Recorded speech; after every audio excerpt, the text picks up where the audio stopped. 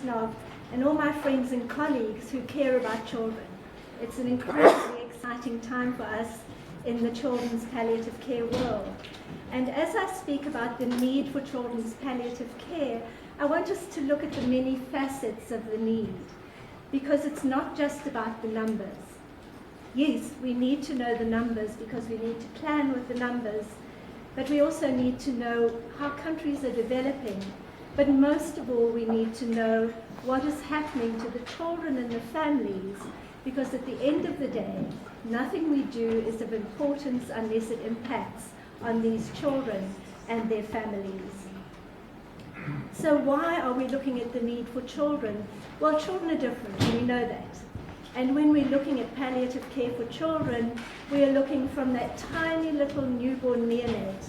In fact, we can do palliative care for the family even before that baby is born, right up to that difficult, uncoordinated teenager and young adult. So we have this wide range of ages, stages, and developments to look at, and a huge range of conditions, many of which are not seen in the adult world.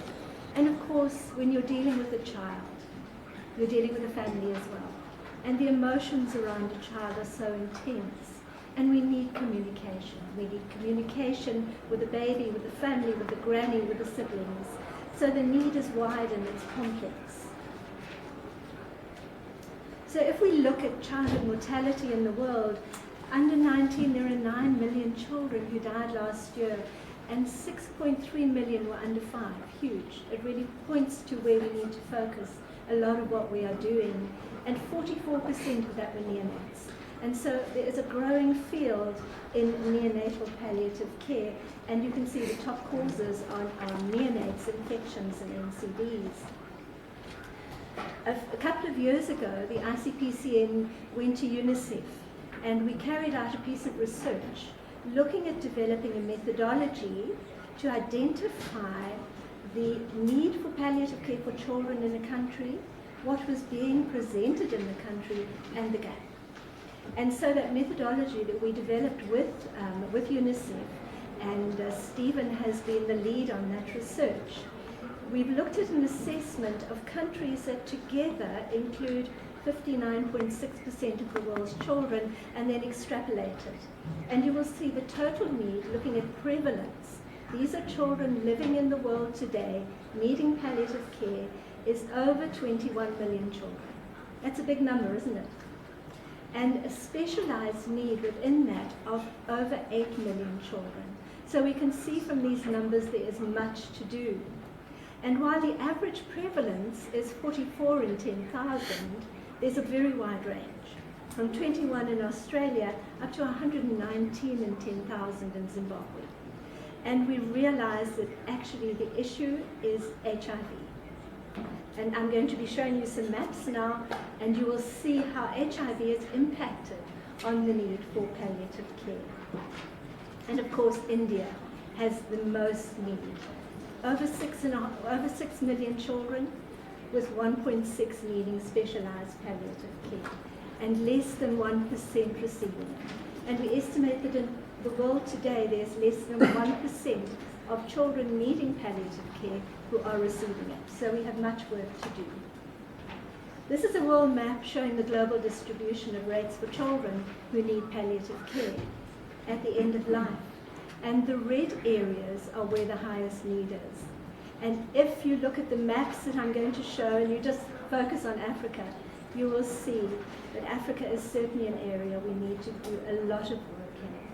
So Africa, Pakistan, Bangladesh, the Pacific Islands, but there are other areas of the world still with great need. Now, as the ICPCN is the International Children's Palliative Care Network, for the past 3 years we've been doing a continual mapping of how programs and countries are developing.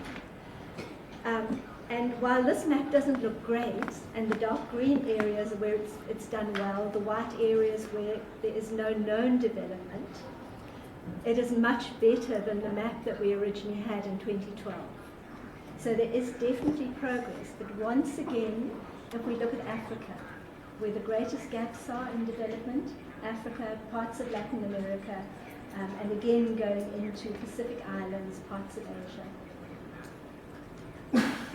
But I call this my hope map. And this is the map of membership of the International Children's Palliative Care Network. We're actually a conglomerate body of individuals and organizations who all have the same vision of a world where every child who needs palliative care gets it. And you will see, in fact, more countries have members than actually have programs. And as I said, I call it my hope map because I believe that if you have somebody in the country who can be a champion, we can move forward with palliative care.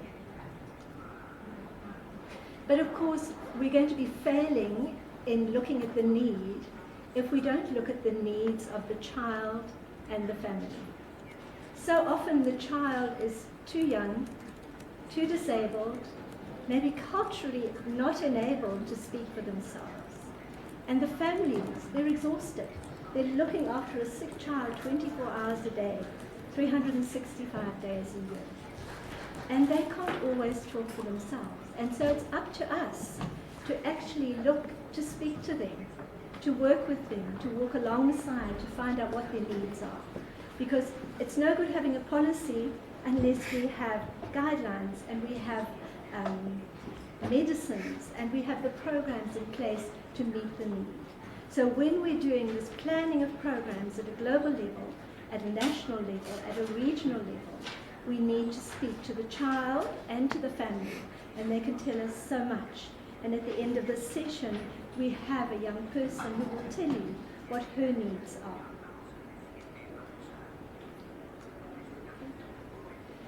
And what about the needs of the people working with their children, with these children?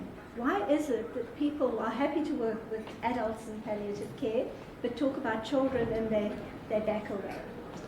One is the fear of using opioids and some of the medicines, the dosages. But a big one is lack of education. While there's some excellent education around the world in palliative care for children, it tends to be in the high-income countries.